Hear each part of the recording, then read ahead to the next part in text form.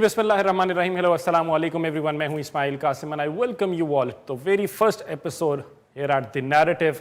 एक बड़ा शो है और एक ऐसा शो होने जा रहा है जिसके अंदर दो टोक बात की जाएगी। कोई छुपी बातें करने का हमें ना ही शौक है ना ही ज़रूरत है। इंपॉर्टेंटली आज के दौरे हाजिर के अंदर एनालिस्ट हमारे साथ मौजूद होंगे, इकोनॉमिस्ट आएंगे, पॉलिटिकल एनालिस्ट आएंगे, हर शोबे के लोग यहाँ पे मौजूद होंगे। उनसे बातचीत करेंगे, जो भी मौका महल होगा उसको देखते हुए क्या नैरेटिव आपके सामने पेश करना है एज इट इज़ ऑर्गेनिकली वो हम लाके आपके सामने रखेंगे। टू बिगिन विद आज की पहली एपिसोड के अंदर none other than Naeem Hanif हमारे साथ मौजूद हैं, सीनियर तज्जियाकार हैं, CEO RNN TV। एनएम बहुत शुक्रिया आपके वक्त का। साथ ही साथ असद खान साहब ने हमें ज्वाइन किया, बिजनेसमैन हैं, पॉलिटिकल एनालिस्ट हैं, इकोनॉमी के ऊपर ख़ास नज़र रखते हैं। खान साहब आपका भी बहुत बहुत शुक्रिया। आज की इस एपिसोड को आगाज़ करने का मकसद सिर्फ एक सादा सा है कि हुकूमत जो है उसके बड़े बड़े क्लेम्स हैं। एक तो फॉरेन पॉलिसी फ्रंट के ऊपर उनकी विक्ट्रीज़ जो हैं उनको ना सिर्फ हमने लोकली सेलिब्रेट किया है बल्कि एक नेशनली इंटरनेशनली भी हमने उसकी सेलिब्रेशन जो है वो देखी है और हर किसी ने उसको सराहा है। लेकिन जो आपके डेवलपमेंट इंडिकेटर्स हैं वो इंटरनल आपकी जो पॉलिसीज़ हैं उसके ऊपर एक सवालिया निशान खड़ा करते हैं। यानी इन्फ्लेशन और प्राइसेस से अगर मैं आगाज़ करना शुरू करूं तो आम आवाम जो है वो थोड़ी सी हमें सफ़र करती हुई नज़र आ रही है। एंड व्हेन आई से सफ़र थोड़ी सी तो आई से इट वेरी हम्बली बिकॉज थोड़ा सा नहीं सफ़र कर रहे। अनएम्प्लॉयमेंट की बात कर लें, यूथ की बात कर लें, आम लोगों की बात कर लें तो मामला काफ़ी ज़्यादा ख़राब है। यानी मैं अगर सिर्फ एक स्टैट आपके साथ शेयर करूं कि इस time below poverty line ratio जो है पाकिस्तान की वो 40% से ज़्यादा की है। ये वो लोग हैं जो रोज़ाना की बुनियाद पर 800 रुपये के करीब जो है वो भी नहीं कमा कर घर वापस लेके जाते। नईम हनीफ साहब, मैं आपसे आगाज़ करना चाहूँगा। हुकूमत तो बड़ी एक स्टेबलाइजेशन का, स्टेबिलिटी का नैरेटिव जो है वो बाहर पेश कर रही है और बड़े खुश नज़र आ रहे हैं। हमने देखा प्रेस कॉन्फ्रेंसेस के अंदर। आपको क्या लगता है, वैसे निज़ाम ठीक चल रहा है? देखें, अगर हुकूमत की बात करें तो ये दौर जो है 77 साला अदवार से वो बेहतर बताते हैं हमें। बिल्कुल ऐसे ही। तो जब ये दौर इतना बेहतर है और जो है ना दहलीज़ पर इंसाफ मिल रहा है, बेसिक सहूलियात मुयस्सर हैं, हेल्थ की सहूलत मुयस्सर है, एजुकेशन की सहूलत मुयस्सर है, और जैसे आप बता रहे थे कि 800 रुपये दिहाड़ी मजदूर नहीं कमा पाता बाज़ औक़ात, तो फिर आपको अनमोल पिंकियों की कैंपेन्स जो है ना वो लाने की ज़रूरत नहीं होती जब सब अच्छा हो। तो एग्जैक्टली जब सब अच्छा होता है ना, तो ये अनमोल पिंकी ये क्या कोई एक अनोखा साने हो गया, ये कोई नया हादसा हो गया। मैंने CCPO लाहौर से ये कहा था, अमीन वैन से, DIG हैदर अशरफ बैठे थे, अरशद अंसारी भी थे उस दिन, हम चारों बैठे थे। मैंने कहा DHA की गलियों में गरम अंडे की तरह कोकीन बिक रही है, ऐसे ही, ठीक है। और मैं कहता वो कैसे? मैं कहा वो विसल बजाता है, वो ड्रग डीलर, और जो एडिक्ट है वो अंदर वॉशरूम में कमोड पे भी बैठा, उसको पता है वो आ गया गली में। बिल्कुल। तो मैं कहा इस तरह वो गेट पे आता है, वो उसको डिलीवरी देता है, वो चला जाता है। फेज 6 के अंदर 10-10 मरले के किराए के ऊपर घर बैठे मेरे से ब्लॉक नंबर पूछ लें। तो हाँ जी सर, तो कहने का मकसद ये है कि उससे पहले मैं भूल गया कि आपको मुबारकबाद है, द नैरेटिव नया शो, और आप बड़ा अच्छा शो करते हैं, बड़ा ज़बरदस्त आपका कंटेंट होता है, और एक जो है ना बैलेंस शो वो हमने आपको करते देखा आज के दौर में, वो तो हमसे भी नहीं होता बैलेंस शो। बहुत शुक्रिया। तो अच्छा, मैं वापस उस पर आता हूँ। तो कहने का मकसद ये है कि वो कुछ भी नहीं हुआ और उसी तरह जो है ना वो जहर घोला जा रहा है, ठीक है। अब ये हुआ कि कुछ पॉलिटिशियंस के, अब मरने वालों के क्या नाम लेने हैं, वो आपके पास भी नाम है, मेरे पास भी है, खान साहब के पास भी है। उनके बच्चे जब जो है ना वो मुतासर हुए, कुछ तो मर गए और कुछ जो है ना इस वक्त रिहैब में गए हैं। आपको पता है पिछले 15 दिन में सिंध में, पंजाब में, वफाक में बड़े बड़े शख्सियात के बच्चे जो है ना वो रिहैब जा रहे हैं, अब रिहैब चेक करने जाके, ठीक है जी। कौन सी जमात के ज़्यादा बच्चे होंगे सर? देखिए, जमात उसमें सिंध में तो एक ही जमात है, पंजाब में दूसरी जमात है, वफाक में सारी जमातें हैं। तो कहने का मकसद है कि ये जो है ना इतना इसको हाईलाइट करने की ज़रूरत नहीं थी। तो वो जो है ना इस्माइल साहब वापस अब उस पर आते हैं कि जब सब अच्छा होता है वो नज़र भी आता है। हम तो मज़दूर लोग हैं, हम तो घर से निकलते हैं, ये अभी बकरों की ख़रीदारी करने जाएंगे तो उस व्यापारी की जो खानेवाल से निकला हुआ है, जो DG खान से आया हुआ है बकरे लेके, ज़रा उसके हालात तो पूछें कि उसका 1 साल कैसे गुजरा था। ये 4 बकरे पूरे साल की उसकी जो है ना वो उसका बिजनेस है, ऐसे ही, ये उसकी कमाई है, और फिर वो यहाँ पे लुट जाता है। यहीं पे लौट जाते हैं। ठीक है, वो बाज का वो अपने 6 बकरे वापस लेके जब जा रहा होता है तो उसकी हालत देखने वाली होती है। और फिर वो तबका जो जिसका गोश्त खाने के दिन आ रहे हैं, ये 3 दिन साल में उनको गोश्त मुयस्सर होता है। बिल्कुल ऐसे हालात तो फिर ये हैं, हालात सच तो ये है।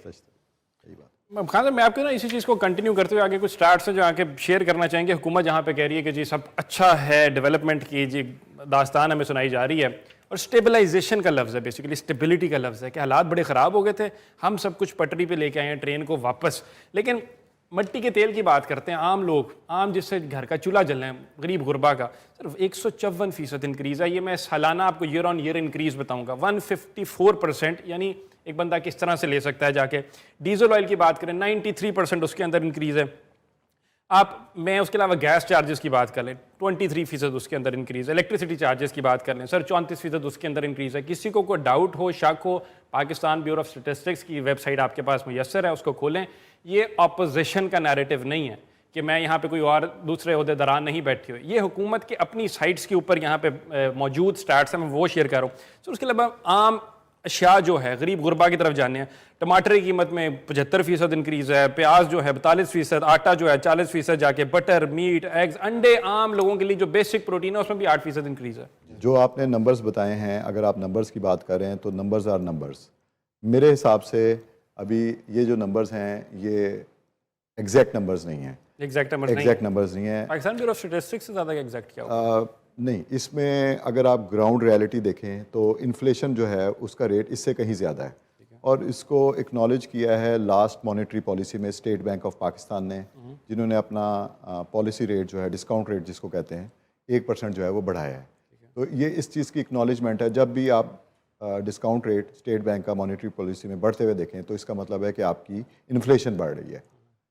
अगर एक आप आम इंसान की डेफिनेशन देखें, जो एक मिडिल क्लास में फॉल करते थे लोग, जो हमारे यहाँ पाकिस्तान की बहुत बड़ी परसेंटेज है आबादी की, वो अब मिडिल क्लास से निकल कर लोअर मिडिल क्लास में आ गए हैं। और जो ट्रुथ है वो गवर्नमेंट को एक्सेप्ट करना चाहिए कि यस वी आर फाइटिंग, हम बेहतर करने की कोशिश कर रहे हैं, but at the moment due to international crisis और कुछ हम IMF से जो हमेशा ब्लैकमेल होते हैं, उसकी वजह से ये हमने ऑयल की प्राइसेस बढ़ाई हैं, लेवी इसमें डाली है, ताकि जो शॉर्टफॉल है FBR का, जो ये पूरा नहीं कर सके ड्यू टू देयर इनकॉम्पिटेंस, उसको ये पेट्रोल और उसमें मट्टी के तेल पे या डीजल पे लेवाई डाल के, टैक्स एडिशनल डाल के, वो टैक्स टारगेट्स जो है पूरे किए जा रहे हैं, so that they can show a brilliant figures in the upcoming annual budget of Pakistan.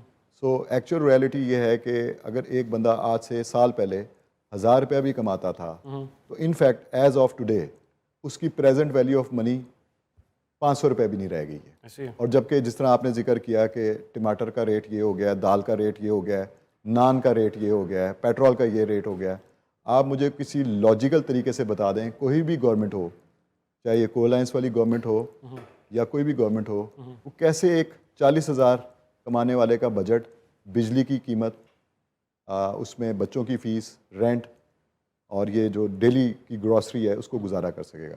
So I think so हमें अपना हाउस जो है, पाकिस्तान को इंटरनेशनल बहुत कामयाबी मिल रही है माशाल्लाह हमें, लेकिन हमें हाउस को इन ऑर्डर करने की ज़रूरत है। और जो पहली इसमें मेरी तशवीश है और जो हम सब की है कि आपने जो वज़ीर ख़ज़ाना बनाए हुए हैं औरंगज़ेब साहब, वो बैंकर हैं, शायद एक्स बैंकर हैं या बैंकर हैं। ये पोस्ट जो है ना किसी पॉलिटिकल पार्टी, पॉलिटिकल बंदे के पास होनी चाहिए, क्योंकि उसने अवाम में जाना है वापस, उसने अपने हलके में जाना है, उसको उसके हलके के अवाम जो वोटर हैं वो बताएंगे कि जी आज हमें गोश्त इतने रुपए किलो मिला है, भिंडी किलो मिली है, सब्ज़ी ठीक है, पेट्रोल हमें इसमें मिल रहा है, इसकी जो इलेक्ट्रिसिटी की प्राइसेस है ये, तो उसको हीट फील होगी, तो बड़े ऐवान में वापस आके अपने प्राइम मिनिस्टर को या फैसला करने वाली कुव्वतों को बता सकेगा, फीडबैक देगा कि जी 40,000 में नहीं हो सकता, गुजारा हो नहीं रहा। सो हमें इतनी अच्छी इस टाइम पे स्टेज मिली हुई है आपको इंटरनेशनल रिकग्निशन की वजह से कि आपको IMF के पास जाकर अपने मुतालबात आम आवाम के लिए मनवाने चाहिए थे। सर IMF के पास जाके मुतालबा 25वां मेरा ख्याल है IMF का ये बेल आउट पैकेज है हमारा जाके, लेकिन IMF ने जो कंडीशनैलिटीज़ हमारे ऊपर लगाई हैं उसके ऊपर ये किस बेसिस से जाते हैं, क्या करते हैं, किस तरह मांगते जाके, क्योंकि स्टैट्स जो है ना, खान साहब अभी आपने भी कहा कि शुरू में कि स्टैट्स ठीक नहीं है, तो मुझे शायद लगा जैसे आप हुकूमत को डिफेंड करने की कोशिश कर रहे हैं, लेकिन वो स्टैट्स मुझे लगा आपकी गुफ्तगू से शायद इससे ज़्यादा ख़राब हो सकते हैं, इससे ज़्यादा बेहतर तो नहीं, क्योंकि अनएम्प्लॉयमेंट रेट जो है ना, एक आम जो हमें बच्चा है यूनिवर्सिटी से निकल रहा है, यूनिवर्सिटी नहीं भी गया, 21 साल हाई अनएम्प्लॉयमेंट रेट है करंटली। इस्माइल, मैं आपसे ये बात करता हूँ कि ये ब्यूरो स्टैटिस्टिक्स ने आपको डाटा दिया है, इसमें बेस फिगर उन्होंने कौन से हफ्ते की कौन से महीने की लगाई है। जब आपका पेट्रोल हर फ्राइडे को रेट चेंज हो रहा है तो उन्होंने किसी एक फ्राइडे की लगाई होगी, उसके बाद कई फ्राइडे गुजर गए, तो वो बेस जो जिस बेस पे उन्होंने इन्फ्लेशन या अनएम्प्लॉयमेंट वगैरह चीज़ें कैलकुलेट की हैं वो डाउन है। एज ऑफ टुडे अगर आप देखें तो वो उससे कहीं ज़्यादा है। मिसाल है कि सब्जियों का रेट, ग्रोसरी के रेट डेली के होते हैं, किसी भी शहर में, लाहौर, इस्लामाबाद, पिंडी, कराची, कोयटा, पेशावर आप चले जाएं, डेली के रेट हैं वहाँ पे। बिल्कुल। और इस तरह में महंगाई की, अगर हम पॉवर्टी की बात तो कर रहे हैं, और अगर आपको कोई सवाल हो सकता है सर हुकूमती होते दौरान बैठ रहा हूँ कह कि जी नहीं ये स्टैट्स नहीं ठीक, पाकिस्तान ब्यूरो स्टैटिस्टिक्स को नहीं हम मानते, तो ठीक है, वर्ल्ड बैंक की प्रोजेक्शंस भी अगर आप उठा के देख लें, तो पॉवर्टी रेट को अपने आप उठा के देख लें, तो वो कहीं जाके 30% के करीब कहीं पहुंचा हुआ है, उसको टच करता फिर रहा जाके। बिलो पॉवर्टी लाइन रेशो जो कि 800 रुपया नहीं रोज़ कमा सकते जाके, सिर्फ $3 की भी मैं बात कर रहा हूँ, जाके वो 40% के ऊपर गया हुआ है। स्टंटिंग की बात कर लें 40% उसकी रेशो है, फूड इनसिक्योरिटी की बात कर लें 60% के करीब रेशो है। नहीं भाई, लोग भूखे मार रहे हैं। आपने जो है ना वो कहा कि किस बेस पे जाते हैं IMF के पास, ज़्यादा स्पोर्ट्स बेस पे तो नहीं जाएंगे, ये टनोर बेस पे जाते हैं। टेन्योर बेस पे। ठीक है, मसला ये है कि वो जो है ना कुएं से कुत्ते को निकालने की कोशिश कभी नहीं की गई हमारे यहाँ, और डंग टपाऊ पॉलिसी होती है। आपको पता है कि आपका बजट है, आप उसको मद्देनज़र रखते हैं, आप उनसे डील मारते हैं। आपने क्या मुतालबात मनवाने हैं IMF से? आप इस पोजीशन में हैं कि आप अपना कोई मुतालबा उनसे मनवा सकते हैं? उन्होंने जो कह दिया आपने जी हजूर, जी हजूर करना है, यस सर करना है, उठ के आ जाना, क्योंकि वो उठ के चले गए तो आपके पल्ले कुछ नहीं है, आपके पल्ले कुछ नहीं है। अब बात मुझे जो समझ आती है वो तो खान साहब बता सकते हैं। सादा सी बात यह है कि हमें डरा दिया जाता है कि हालात इतने ख़राब थे कि डिफ़ॉल्ट में जा रहे थे, तो इस बात को हम सेलिब्रेट कर रहे होते हैं। सागडार साहब आके वो करते हैं जी, वो ये खान साहब कह रहे थे कि वो बैंकर है तो फिर सागडार में बना दो दोबारा, मिफ्ता में ले आओ जाके, मिफ्ता में ले आओ। ठीक है, कहने का मकसद है, भाई तो कर लिए सारों कहने का मकसद है कि भाई आप हमें डराते हैं। ये उसी तरह की बात है, शो से पहले खान साहब कह रहे थे कि यार ये बढ़ाते 50 रुपए 80 रुपए हैं, कम 5 रुपए करते हैं। सही बात, और उसको सेलिब्रेट करते हैं, उसको सेलिब्रेट करते हैं, 80 पे खामोशी है, 80 पे खामोशी है। तो same case with IMF deals, ठीक है। तो वहां भी ये इस तरह करते हैं, डिफॉल्ट से बच गए इसलिए हमने ये मुआहदा कर लिया, डिफॉल्ट से बचा लिया मुल्क को, ये मुआहदा कर लिया। वो पहले किसी दिन ना आम सादा जुबान में डिफॉल्ट भी खान साहब समझाएं, डिफॉल्ट होता क्या है। और डिफॉल्ट तो 98 से हम सुनी जा रहे हैं, वही ना, 90 की दहाई में भी हम बार बार डिफॉल्ट हो रहे थे। एग्जैक्टली फॉरेन एक्सचेंज रिजर्व इससे ज्यादा कम तो मंसूबे बज़ाहिर नो डाउट, पंजाब हुकूमत, घर, छतें, सुथरा पंजाब, उसके भी अब वो कट्टे खुलना शुरू हो गए। सर सुथरा पंजाब पे मैं एक सेकंड ब्रेक लगाऊंगा, वो जबरदस्ती आगे से रक्षा उठा के टायर घुमा के मीटर बढ़ाई जा रहे हैं ताकि पेट्रोल पूरा करा सके। वही कह रहा ना, वो वीडियो फुटेजेस आ गई हैं वहां पे। अच्छा, इसी तरह जनाब वो अच्छा मुकाबला चल रहा है पंजाब हुकूमत का और वफाक का। मैं बाकी सूबों की बात अब बाद में कर लेते हैं। सिंध का तो बहुत बुरा हाल होगा ना। कराची तो बाज़ हमारा शहर लगता नहीं है। वो JD वैंस वाला नहीं, वो लतीफ़ा चल रहा था कि वो गुजरे तो उन्होंने कहा कि यार वाकई बड़ी तबाही हुई है ईरान में, तो उन्होंने कहा नहीं ये कराची है सर। तो कहने का मकसद है वो तो छोड़ देना, और उन्होंने छड़ दो इंफ्रास्ट्रक्चर का जितनी बर्बादी हो गई है। हालांकि वो बिलावल साहब दावा करते हैं कि जी हेल्थ का निज़ाम जो है वो एशिया का बेस्ट हेल्थ सिस्टम है, और वो साइबर नाइफ सबसे पहले उन्होंने लगाई जो घुरकी हॉस्पिटल में, वाकई बहुत बाद में लगी, मगर अदरवाइज वहाँ पे वो वही बडेरा सिस्टम है, और वही भेड़ बकरियों की तरह लोग जिंदगियां गुजार रहे हैं, और वही सालाना गोश्त खाने वाला तबका वहाँ पे मौजूद है। नहीं लेकिन भुट्टो जिंदा है, भुट्टो जिंदा, भुट्टो जिंदा, भुट्टो जिंदा। तो अब जो है ना वो इधर आपने नोट किया कि कंपटीशन चल रहा है। सिमिलर प्रोजेक्ट जो है ना, प्राइम मिनिस्टर भी वफाक से, अगर वो इधर घर छत, उधर भी घर छत, इधर घरों पे लोन, उन्होंने भी 1 करोड़ लोन शुरू कर दिया है। तो ये है कि एक मुकाबला चल रहा है, मुकाबला चाह मुकाबले का रुझान है। इसी मुकाबले में आपने छोटे भुट्टो साहब बिलावल भाई का नाम लिया है, तो वो अभी वो एक जगह पे तकरीब कर रहे थे, सारे इकट्ठे हुए, किस्मत माड़ी इनकी, जब हरी हो तो फिर हरी होती है। वो उधर कहीं इनका सिस्टम शुरू में उन्होंने नेशनल एंथम चलाया जी पाकिस्तान का, शुरू में नेशनल एंथम बंद हो गया 4 लाइनों के बाद। अब लोग सवाल पूछ रहे हैं, हम नहीं कुछ कह रहे, लोग कह रहे हैं कि इन्होंने कोशिश की कि टूटा फूटा जो खड़े हैं ना पूरा कर लें। अल्लाह माफ़ी दे अल्लाह, ये हमारी वफाक की जमातें हैं जो कि हमारी 3-3 चौथी दहाई बैठी है, इनकी चौथी नस्ल आ गई है, तो उनको नेशनल एंथम नहीं पूरा। भाई आप ये बात कर रहे हैं, आप सारी असेंबलीज में पार्लियामेंटेरियंस को निकाल लें, कैमरे अपने लगा दें जाके, 95% जो है ना वो नेशनल एंथम नहीं पढ़ सकेंगे। चैलेंज है, मैं चैलेंज करता हूं, मैं चैलेंज करता हूं। एग्री करता हूँ ठीक है, तो वो कहने का वहां मामला कुछ और चल रहा है पीपल्स पार्टी के अंदर, वहां मामला ही हो रहा है। ये किस तरह की पॉलिटिक्स है? हम हुकूमत में नहीं, हुकूमत के साथ रहेंगे, सदके हम वजारतें नहीं लेंगे, मगर हमें मुराद पूरी चाहिए। मुराद पूरी चाहिए। आसिफ अली जरदारी सदर पाकिस्तान होंगे, लेकिन हमने अब ये हो गया, ये इनसे ना वो बस गुजर गई, ट्रेन नहीं गुजर जाती, आखिरी ट्रेन नहीं होती, ये पछता रहे हैं असल में। अब इनके अंदर लड़ाइयां शुरू हो गई हैं। फरियाल तालपुर, आसिफ अली जरदारी, बिलावल भुट्टो जरदारी, ये ग्रुप हैं पीपल्स पार्टी में, ये धड़े बन चुके हैं।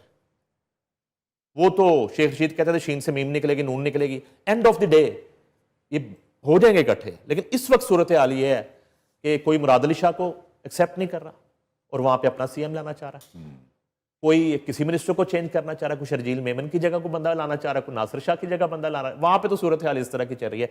ये जो खान साहब ने इशारा किया ना, ये खतरनाक इशारा है, बल्कि खतरनाक उस वजारत के लिए हो सकता है, मुल्क के लिए तो अल्लाह करे शायद बेहतर हो जाए। वजीर खजाना जा रहे हैं, वजीर खजाना वो जा रहे हैं, औरंगजेब साहब जा रहे हैं।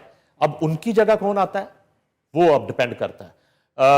यह ना हो कि भारी जिम्मेदारी जो है, मजीद जिम्मेदारी नायब वजीर आजम पर डाल दें, क्योंकि हमारे पास है ही नहीं भाई उनसे बड़ा चैंपियन इकोनॉमी का, उनसे बड़ा जो है ना इकोनॉमिस्ट है ही कोई नहीं।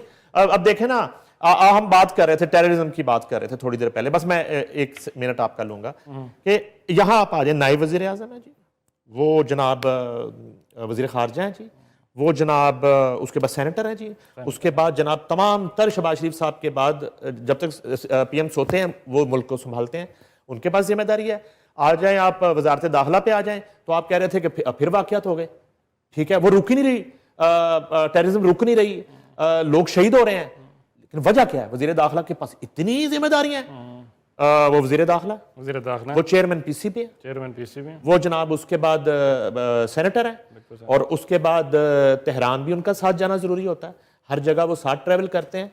और मसालती जो कमेटी है उसके भी वो नंबर 2 है, पीएम नंबर 2 नहीं है, ये ज़हन में रखिएगा।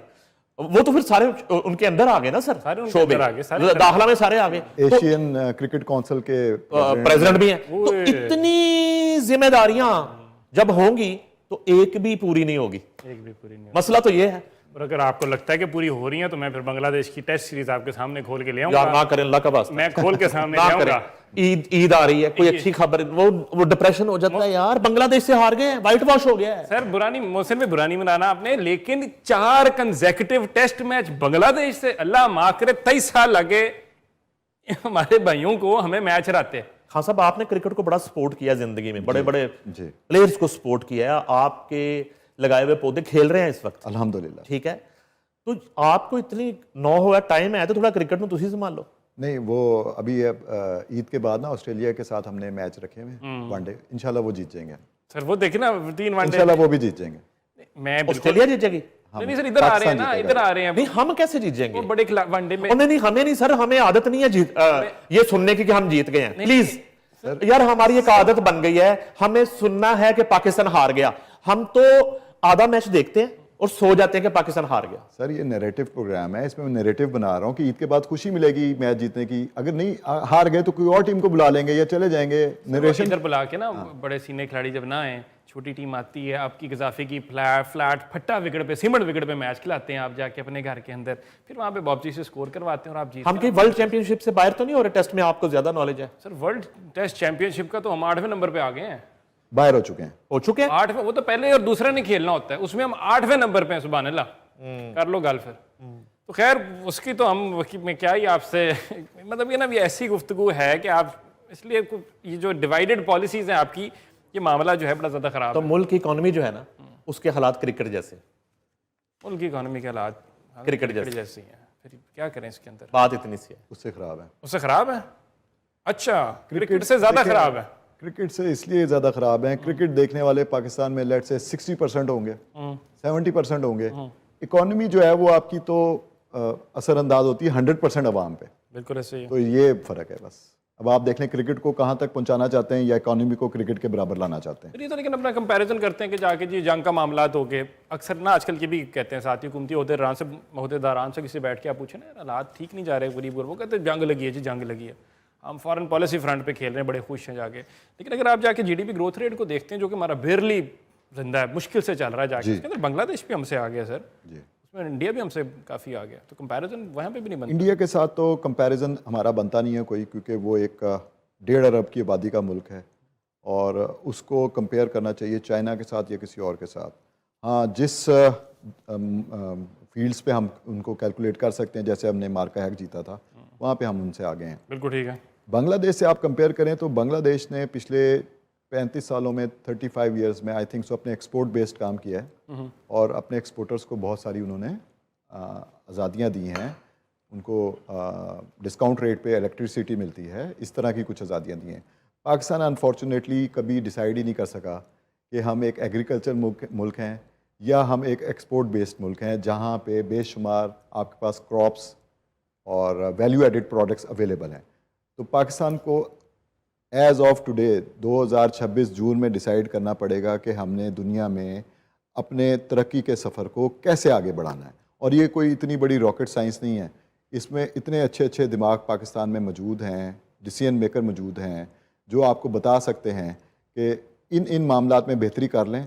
आपका मुल्क अगले 3 सालों में बांग्लादेश, इवन अगर आप कंपेयर करें तो बहुत सारे मुल्कों में, इंडोनेशिया, मलेशिया, इस टीयर के मुल्कों के साथ आप मुकाबला कर सकते हैं, जिसमें आपको अपनी एक्सपोर्ट को बढ़ाना है, स्किल लेवल अच्छा करना है, पाकिस्तान में सेहत, एजुकेशन सेक्टर पे आपने थोड़ा सा फोकस करना है, और जो आपकी यूटिलिटीज़ हैं, जो आपने महंगे रेट्स पे आपने IPPs के साथ सौदे किए हुए हैं, आप कैंसिल कर दें। आप वही 3 रुपये का, 4 रुपये का, 5 रुपये का, चले 10 रुपये का यूनिट दें गरीब आवाम को, सनती इदारों को, तो आप देखें आपका मुल्क कैसे फ्लरिश करेगा। इस मुल्क में नौजवानों की तादाद, इस मुल्क में सलीकामंद लोगों की तादाद, इस मुल्क में मुआशियत को समझने वाले लोगों की तादाद, इस मुल्क में मुल्क को बेहतर तरीके से आगे चलाने वाले लोगों की तादाद बहुत ज़्यादा है, और लॉयल्टी मौजूद है हमारे यहाँ। और चले मैं आपसे जिक्र करता हूँ, अभी ये प्रिडिक्शन ही समझ लें हालात के हिसाब से, इंटरनेशनल जिसको आप कहते हैं पैन वर्ल्ड, जो हालात चल रहे हैं, जंग वाली बात जो आपने की थी, इस फ्राइडे को मुझे ऐसा लगता है, मे भी नईम साहब मैं गलत हो जाऊँ, कि कोई 30 से 40 रुपए के दरमियान कोई हुकूमत शायद अनाउंस करे कि पेट्रोल हम सस्ता कर रहे हैं, और ये ईद का तोहफा है। लेकिन उसके बाद जो जुम्मा आएगा उसमें क्या होता है ये अल्लाह को पता है।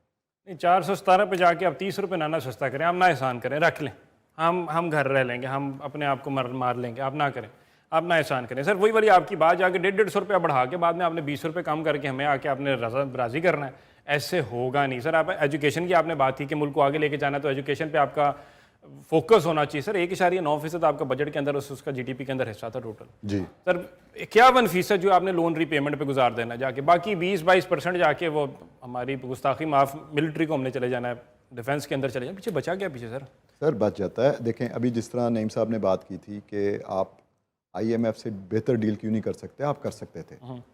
ये कुछ मौका था जहाँ पे आपके साथ 7-8 इस्लामी मुल्क खड़े थे और आपको दुनिया की अकेली सुपर पावर की आशीर्वाद हासिल थी, तो आपको अच्छा बारगेन करना चाहिए था। IMF को उन्हें कहना चाहिए था कि ये जो आपके टारगेट्स हैं इसको पेंडिंग कर दें। औरंगजेब साहब को इसी की सजा मिल रही है इसलिए जा रहे हैं। उन्होंने बेटर नेगोशिएशन नहीं की। देखें आपने इमरान खान साहब के दौरे हुकूमत में अपना स्टेट बैंक जो है गिरवी रख दिया हुआ है, पॉलिसी मेकिंग जो है वो IMF के पास चली गई है। चलें जो आपके पास रह गई हैं चीज़ें जो आपके इख्तियार में, आप उस पर तो बेहतर बारगेन करें। आप कह दें कि जी आपके टैक्स टारगेट्स जो है इस साल पेंड कर दें, ये हर जगह पे होता है, हर इदारे में होता है कि टारगेट पूरे नहीं हुए, बिजनेस में भी ऐसे होता है।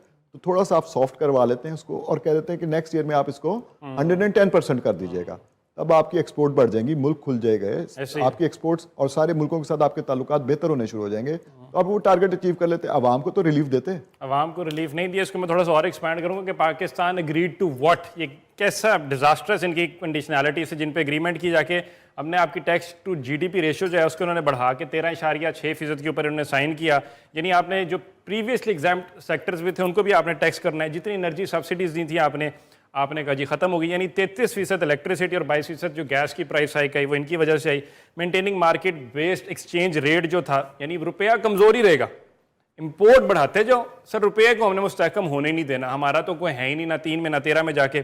फिस्कल डेफिसिट जो है उसको कम करना है आपने, प्राइवेटाइजेशन स्टेट इंटरप्राइजेस को आपने वो करना है। पीआईए आपके सामने है, जाके शुरू में रुकी, उसके बाद पीआईए हो गई, क्यों हुई भी, किस वजह से हुई, वो आपके सामने है। टेररिज्म की बात अभी तक की, वो नईम हनीफ साहब ने जिक्र किया उसका जाके। सर इन्हीं की हुकूमत के अंदर ना 2024 वो साल था जिसके अंदर पिछली एक दिहाई का highest number of recorded terror related activities हमने देखी। 1500 से 2000 के करीब तो आपने ऑपरेशन कर दिए थे। तो उसके बाद हम एक्सपेक्ट कर रहे थे कि सर अब कुछ ना कुछ तो होगा, मोहसिन भाई बैठे हुए हैं, कुछ ना कुछ तो निकालेंगे, लेकिन सर वो कुछ निकला नहीं।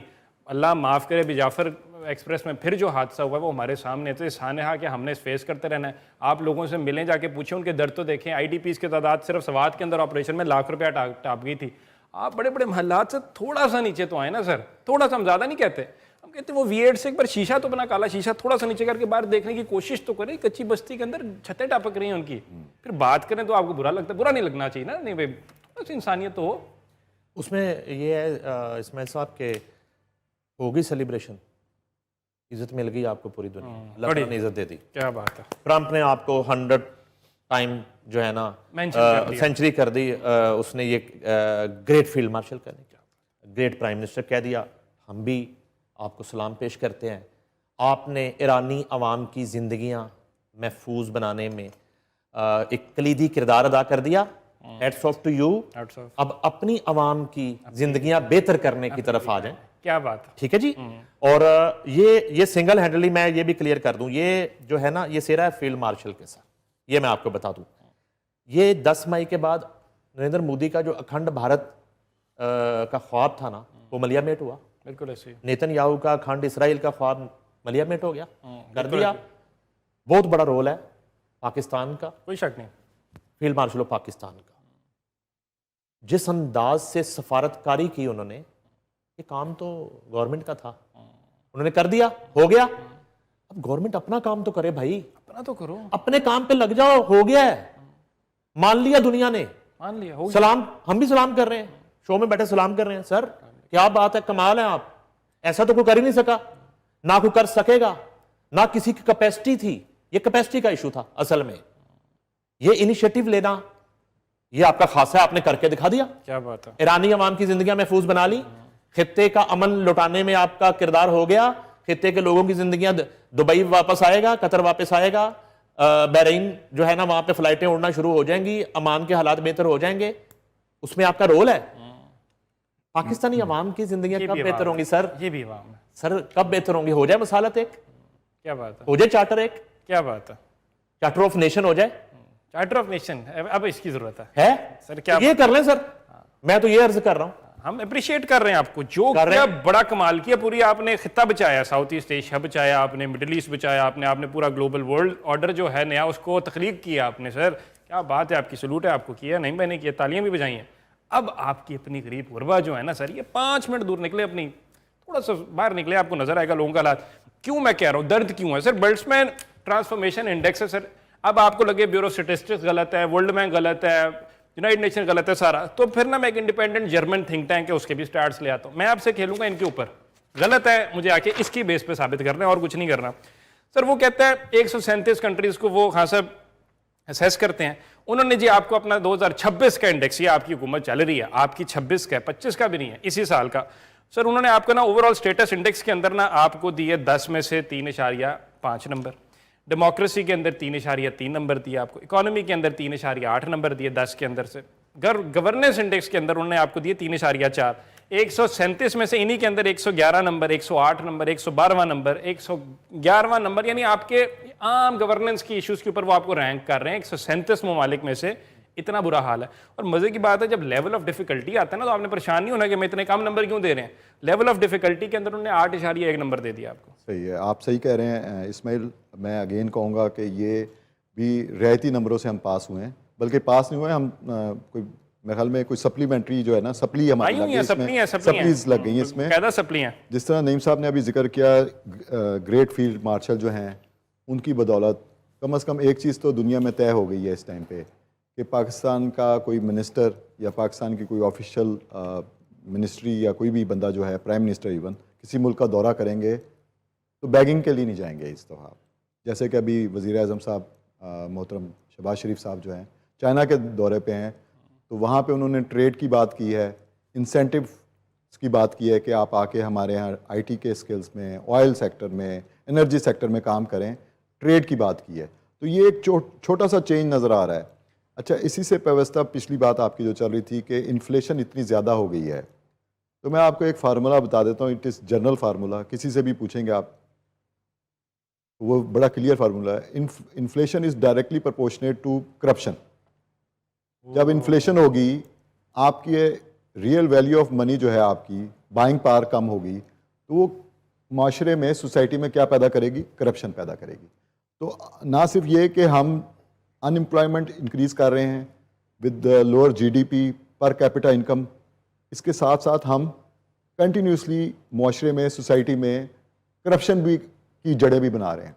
तो ये बहुत जल्दी एड्रेस करने वाली चीज़ें हैं जो कि हमारे हुकूमती इदारों को, सिविल हों या हाइब्रिड मॉडल हो, उनको इसको एड्रेस करने की ज़रूरत है। दूसरी चीज़ आपने बताया कि रुपया जो है उसको हमने आर्टिफिशियली कंट्रोल किया हुआ है। इसके भी सीधे सीधे फार्मूले होते हैं। गवर्नमेंट को चाहिए कि आज अनाउंस कर दे कि कैश होल्डिंग, ज़्यादातर आपको पता है डॉलर में ही होती है हमारे यहाँ, कैश होल्डिंग किसी के घर में, लेट से कोई एक फिगर दे दे, मैं एक एजम्पशन के तौर पे कह रहा हूँ, लोगों के आप घर चेक करें, कराची, डिफेंस, लाहौर में, गुलबर्ग में होल्डिंग्स रखी हुई उन्होंने, दीवारें खोलें उनकी सब। आप एक अनाउंसमेंट कर दें कि जी जिस तरह पीरा फोर्स बनाई, इस तरह की कोई फोर्स बना के कि $1 लाख से ज़्यादा कोई होल्डिंग घर में नहीं कर सकता, बाकी सारे लोग बैंक में जमा कराएं। और ये इसकी डेडलाइन है, लेट्स से 31 दिसंबर 2026। देखें आपके पास आपका बैलेंस ऑफ पेमेंट कहाँ पहुँचता है, आपके ज़खायर जो हैं लोकली प्राइवेट कमर्शियल बैंक्स में कहाँ पहुँचते हैं। आई कैन गारंटी यू जितने मौजूद हैं अभी उससे डबल हो जाएंगे। तो ये छोटे छोटे से इंतजामात हैं जो मुल्क की इस्तिलाहात के लिए आपको करने पड़ेंगे। इसके अलावा आप मिनिस्टर्स की ड्यूटीज़ लगाएं कि वो वीक में एक दिन चलें। इन्होंने वर्क फ्रॉम होम कर दिया, जुम्मा, हफ्ता, इतवार, 3 छुट्टियां दें। जुम्मे का दिन आप आवाम में गुजारें, मार्केटों में गुजारें। नहीं तो वो इलेक्शन में गुजारेंगे ना, जाके जब इलेक्शन होंगे ना, आएगा। अभी से चले जाए आवाम में, ऐसे कैसे? वो तो जब जलसे करने होंगे तब जाएंगे ना सर। इनको वोट लेने के लिए। नईम साहब, इनको जलसों की अब मौका नहीं मिलना। मैं आपको यही बात बता रहा हूँ, इनको जलसों का मौका नहीं मिलना। इनको खाने पीने की रेस्टोरेंट्स में जगह नहीं मिलनी बैठने की। तो बेहतर है कि उस टाइम से डरें, इस्तिलाहात करें, अपना हाउस इन ऑर्डर करें, और ये जो मुआशी दहशतगर्दी मुल्क में फैली हुई है उससे अपने आप को दूर करें। और जहां आपने पहले बात की थी कि हमने बहुत सारी सेलिब्रेशन की, अभी 28 मई जो है योम तकबीर आ रहा है, उसकी मैं समझा 28वीं तरमीम कहने लगे। मेरे भी कान खड़े हो गए थे, मेरे भी कान खड़े हो गए थे। कुछ मैं क्या तेरे को लगता खबर है? खबर आ गई, खबर आ गई। नहीं, 28 मई को हम योम तकबीर मनाएंगे। माशाल्लाह पाकिस्तान ने उस दिन एटॉमिक पावर का दर्जा हासिल किया था, वो ठीक है, मनाएं।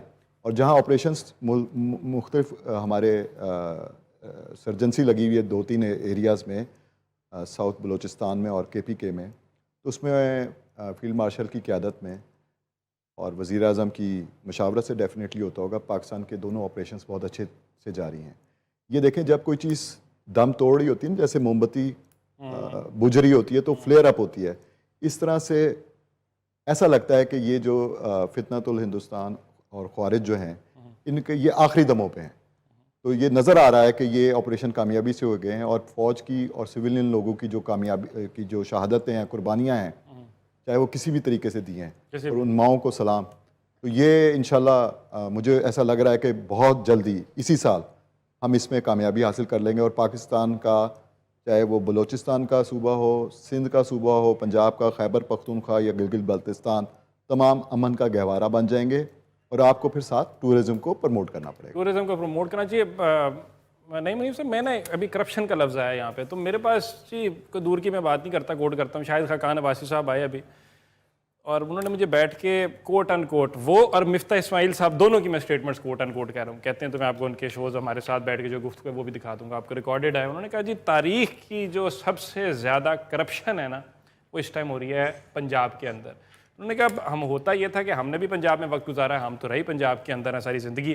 तो उन्होंने कहा पहले जो था ना आपका जो एक कमीशन का रेट होता था वो कोई 5-7% होता था, फिर बढ़ के जाके वो 10% पे चला गया। कहते हैं मुजदार के दौर के अंदर ही कहते हैं बड़ी करप्शन थी, मैं मानता हूँ, सब मानते हैं जी थी करप्शन, वो भी 10-12% के ऊपर ना वो गया था आपका कमीशन चार्ज। उन्होंने कहा अब मैंने कहा कितने बढ़ गए, क्या 20% हो गए, 30 हो गए, 40 हो गए, 50 पे मैं गए तो लूट के खा जाएंगे। तो उन्होंने कहा नहीं आप ये बड़ी टेक्निकल तरीके से ना एक स्ट्रक्चरल करप्ट मॉडल ले आए हैं, वो स्ट्रक्चर के अंदर उन्होंने इंस्टिल कर दी कि करप्शन करनी के इस एतबार से। यानी मैंने कहा इसका तो मतलब है इस वजह से पूरा पंजाब उखाड़ा हुआ है, पूरा लाहौर जो फटा हुआ है, जिस गली में जाओ सड़क। तो उन्होंने कहा जहाँ पे अपने चाहने वाले हैं वो ठेके भी उन्हीं को देंगे, उसी एतबार से देंगे। लेकिन उन्होंने कहा जिस टाइम इनको जब पकड़ना हुआ इस हुकूमत को, वो पकड़ी जाएगी हुकूमत करप्शन की वजह से। अच्छा, ये तो देखें शायद खाकान अब्बासी के दौर में भी मामला यही था, मिफ्ता के होते हुए भी मामला यही था। और वो क्या BRT किस बला का नाम है, वो KPK में क्या स्कैंडल था बसों का। और सिंध की मैंने सूरत हाल आपको बताई, पंजाब की देखें, ख्वाजा आसिफ साहब एक ट्वीट करते हैं कि हज़ारों की तादाद में ब्यूरोक्रेट्स जो हैं वो पुर्तगाल में प्रॉपर्टियाँ ख़रीद रहे हैं या वहाँ पे इन्वेस्टमेंट कर रहे हैं और पैसा बाहर लेके जा रहे हैं। तो क्या हुआ उस ट्वीट का, उस पर कोई कमेटी बननी चाहिए थी ना, उस पर कोई इंक्वायरी होनी चाहिए थी। उसी से जुड़ी हुई मिसाल ले लें, एक करैक्टर गिरफ्तार हुआ था सियालकोट से, इकबाल संघेड़ा। कहाँ है संघेड़ा साहब से कोई है आपका बात हुई, किधर है वो सर, किधर है? क्या बात? और वो किसकी शिकायत पे हुआ था? वो हुआ था CA गालबन CA बैट और CA हाउसिंग सोसाइटी के मालिक की शिकायत पर ये हुआ। मुतजाद इतलात आई कि मियां नवाज साहब को लंदन से किसी ने अप्रोच किया और उन्होंने जब चेक किया तो संघेड़ा ये कर रहा था, वहां पे करप्शन कर रहा था। संघेड़ा चुप के एंटी करप्शन को दिया, लाहौर ले आए सुहेल जफर चट्ठा। और उसके बाद क्या हुआ, अभी ऑपरेशन हो गया उस सोसाइटी के खिलाफ, संघेड़ा बार CA हाउसिंग सोसाइटी सियालकोट के खिलाफ ऑपरेशन हो गया, अब उसको सील कर दिया गया लास्ट वीक। तो मामला तो ये है, मामलात ये एक इशू अगर चले, मैं कहता हूं कि उस दिन ख्वाजा साहब को हमने तो बड़ा अप्रिशिएट किया सबने, यार वेरी गुड यार, ख्वाजा बाउसूल आदमी है, बड़ा दिलगुर्दा दिखाया, ठीक है, बड़ा दिलगुर्दा दिखाया यार। ख्वाजा ने कौमी असम्बली के फ्लोर पे खड़े होकर बात कर दी यार, कमाल हो गया। और ख्वाजा आसिफ इस तरह की तकरीर करते रहे। फिर क्या हुआ, वो कहाँ चली गई वो कहानी सारी? ख्वाजा साहब ने नींद में बात कर दी थी, होश में की थी, क्या हुआ, किसने बुलाया था लाहौर, कहाँ मीटिंग हुई थी, क्यों रोका गया था? तो फिर बड़े बड़े नाम है आपकी पंजाब की ब्यूरोक्रेसी के, कितने अरसे से हम सुन रहे हैं कि इनको घर भेजा जा रहा है, इनको पकड़ा जा रहा है, सबूत आ गए हैं, क्यों नहीं किया जा रहा? क्या बचा? बढ़िया, बड़े अच्छे सवाल है। अच्छा, उसमें यह है कि मैं कहता हूं कि जीरो टॉलरेंस है जी करप्शन के हवाले से। खवातीन जो हैं वो क्या रेड लाइन कहते हैं उसको? रेड लाइन जी, CM की रेड लाइन है, CM साहबा की रेड लाइन है। CM साहिबा बड़ी दयानतदारी से, ईमानदारी से लेग वर्क कर रही हैं, बड़ा काम कर रही हैं, मगर उनकी नाक के नीचे अगर ये सब कुछ हो रहा है तो वो जिम्मेदार है। उसी तरह से जैसे आप अडयाला वाले साहब के बारे में बात करते हैं कि जी उसके दौर में जो है ना वो फरागोगियों ने, बुजदारों ने और मोनोसलाइयों ने अरबों डॉलर के जहाज उड़ाए, यहां से वो ले गए बाहर, तो जिम्मेदार ठहराते हैं ना आप उसको? बिल्कुल ऐसे ही, 100%। सारे 190 मिलियन पाउंड केसेस नहीं है, बराह रास्त सारे केसेस में इमरान खान की इन्वॉल्वमेंट नहीं है, मगर बुजदार को लगाना सबसे बड़ी करप्शन है। सबसे बड़ी आगे फरागोगियों और बनीगाला, जब मनीगाला बन गया था, ठीक है, तो आप डालते ना सारा कुछ इमरान खान पे, बिल्कुल डालते हैं, बिल्कुल तो खुद भी का आपको फिर अब आप भी आपको जिम्मेदारी लेनी पड़ेगी। अगर आपकी नाक के नीचे हो रहा है, अभी हुआ है, अभी ये जो फिल्म फंड्स दिए गए 3-3 करोड़ रुपया, वो 28 में से 10 या 11 ऐसे लोग हैं जिन जो क्राइटेरिया पे पूरा नहीं उतरते। पेपरा रूल्स सुने हुए? पेपरा रूल्स में ये सारे अंदर चले गए थे नैब में, ये फेस्टिवल नैब में चले गए, ये राना मशहूद पे केसेस, वो DG उस्मान अनवर जेल में, और पूरे का पूरा हर चीज, और हमजा के खिलाफ वादा माफ गवाह बन जो उड़ा दिया सबको। तो अब क्या हुआ, अब क्या ये फॉलो ही नहीं हो रहे, और तमाम जगह ऐसे ये मामला, तमाम जगह। अभी कल परसों पता नहीं कौन सी कैंपेन, कुछ सीएम साहब ने कहा कि अवेयरनेस कैंपेन है गालबन, ये ईद के हवाले से, सफाई के हवाले से, तो वो मैं हंस रहा था, तो मैं कहा ये आ गई अवेयरनेस कैंपेन, ये किसको मिलनी है, मेरिट पे मिलेगी, कौन देगा, कितना कट होगा, क्या होगा, ये चीजें चेक करने की जरूरत है सर। सर बहुत कुछ चेक करने की ज़रूरत है, बहुत से सवालात हैं, बड़े आम कैजुअल। इसमें मेरा आपसे एक सवाल है, जी जी। आप इस हुकूमत को, चाहे वो प्रोविंशियल्स हैं या नेशनल हैं, आप इसको अवामी हुकूमत समझते हैं? सर अवाम की हुकूमत 45 पे होती है, 47 चलें वाली assumption ले लेते हैं कि अवामी हुकूमत है। ठीक है। आप मुझे ये बताइए, ये तो फिगर्स कहीं कोई स्टैटिस्टिक्स ब्यूरो नहीं छापता ठीक है। कि कितने MNA, कितने MPs डेली बेसिस पे जब भी सेशन होते हैं 100% हाजिरी होती है उनकी? नहीं सर, ऐसे नहीं सर। चलें दूसरी सजेशन ले लें, स्पीकर प्रोविंशियल असेंबलीज या CM कर लें और स्पीकर कौमी असेंबली या PM कर लें, अटेंडेंस लगाएं अपनी अपनी असेंबलियों में और हर नुमाइंदे से पूछें कि आपने फ्राइडे को जो विजिट किया था उसका मुझे ना प्राइस इंडेक्स, मीटिंग मिनट्स तो दें ज़रा। प्राइस इंडेक्स कि फ़लाँ चीज़ इतने की है, फ़लाँ चीज़ इतने की है, फ़लाँ चीज़ मेरे हल्के में इतने की है और ये मेरे इलाके के फ़लाँ मार्केट के बंदे के साइन है, इस पे वो बेचता है, साइन करता है, ये जमा करा दें ज़रा। ये देखें अवामीपन जो है ना सारा नज़र आ जाएगा और इन लोगों को, आम लोगों के दुख और दर्द का एहसास होगा कि ये कौम कैसे जी रही है। सर ये तब होगा ना जब इंटरेक्शन होगा, इंटरेक्शन ये तब होगा ना जब इस जिम्मेदारी को महसूस किया जाएगा, तब होगा कि प्राइम मिनिस्टर अपनी पार्टी के पार्लियामेंटेरियंस को वक्त देंगे मिलने के लिए, तब होगा जब वुज़राए आला अपनी ही जमातों के पार्लियामेंटेरियंस को मिलने के लिए वक्त देंगे। मुलाकात खान साहब नहीं करते होती इनकी। चलें एक ग्रेड नीचे ले आए ना, मैं ये तो कह रहा हूँ, ये उनकी रिजर्वेशन है, उनसे मिलने तो सही, के अंदर टाइम ही नहीं देते, टाइम ही नहीं मिलता है। अच्छा वो मिलेंगे तो उनसे सवालों जवाब होंगे ना? जी जी, वो मिलेंगे तो हल्के की सूरत हाल बताएंगे ना। जी। तो जब उन्हें पता मुलाकात नहीं, सानू किसी ने पूछना ही नहीं, वो हल्के में भी नहीं जाएंगे। हाँ लेकिन कुछ, और अगर मिल लेंगे तो हो सकता है पूछ लेना उनसे गुर्दे क्यों बेच रहे थे, हो सकता है कुछ नहीं कुछ MNA ऐसे हैं, एहसन इकबाल साहब जैसे, ख्वाजा आसिफ साहब जैसे, जो मुझे पता है कि अपने हलकों में जाते हैं, वही ये पेश कर दें कि हम बुजुर्ग होकर ये काम कर रहे हैं, तो नौजवान जो बाकी MNA MPs बैठे हुए KPK से लेकर सिंध में और पंजाब में और बलूचिस्तान में, वही रिपोर्ट वीकली जमा करा दिया करें कि ये सर हमारी रिपोर्ट है, हमने विजिट किया, ये प्राइस इंडेक्स है, ये मैंने साइन कराए हुए हैं उस इलाके की मार्केट से, ये है। तो ये है सर गुर्दे बेचने से दिल फेंकने तक की कहानी। तो ये है हुकूमत की गुर्दे बेचने से दिल फेंकने तक की कहानी। और मैं जाते टाइम ना कंक्लूजन से पहले एक आपको चीज मजे की बताऊं, आयरनी इस सारी के अंदर क्या है। हमारी CM साहबा कहती हैं खवातीन मेरी रेड लाइन है, उन्होंने पहले दिन भी कहते साथ का थ्रू आउट का जेंडर गैप इंडेक्स के अंदर ना सर आप पाकिस्तान की रैंकिंग 146 में से ना सेकंड वर्स्ट है globally. There you have it. I guess thank you so much to both of the esteemed guests. Khan साहब, नईम मुनीर साहब, बहुत बहुत शुक्रिया, आपका वंडरफुल डिस्कशन। इसी तरह आपके साथ कॉन्वर्सेशन हमारी हर वीक होती रहेगी। Do let us know in the comment section आप लोगों को क्या लगता है, और अपना अगले हफ्ते तक के लिए बहुत सारा ख्याल रखिए, दुआ में याद रखिए। ईद मुबारक, अल्लाह हाफ़िज़। अल्लाह।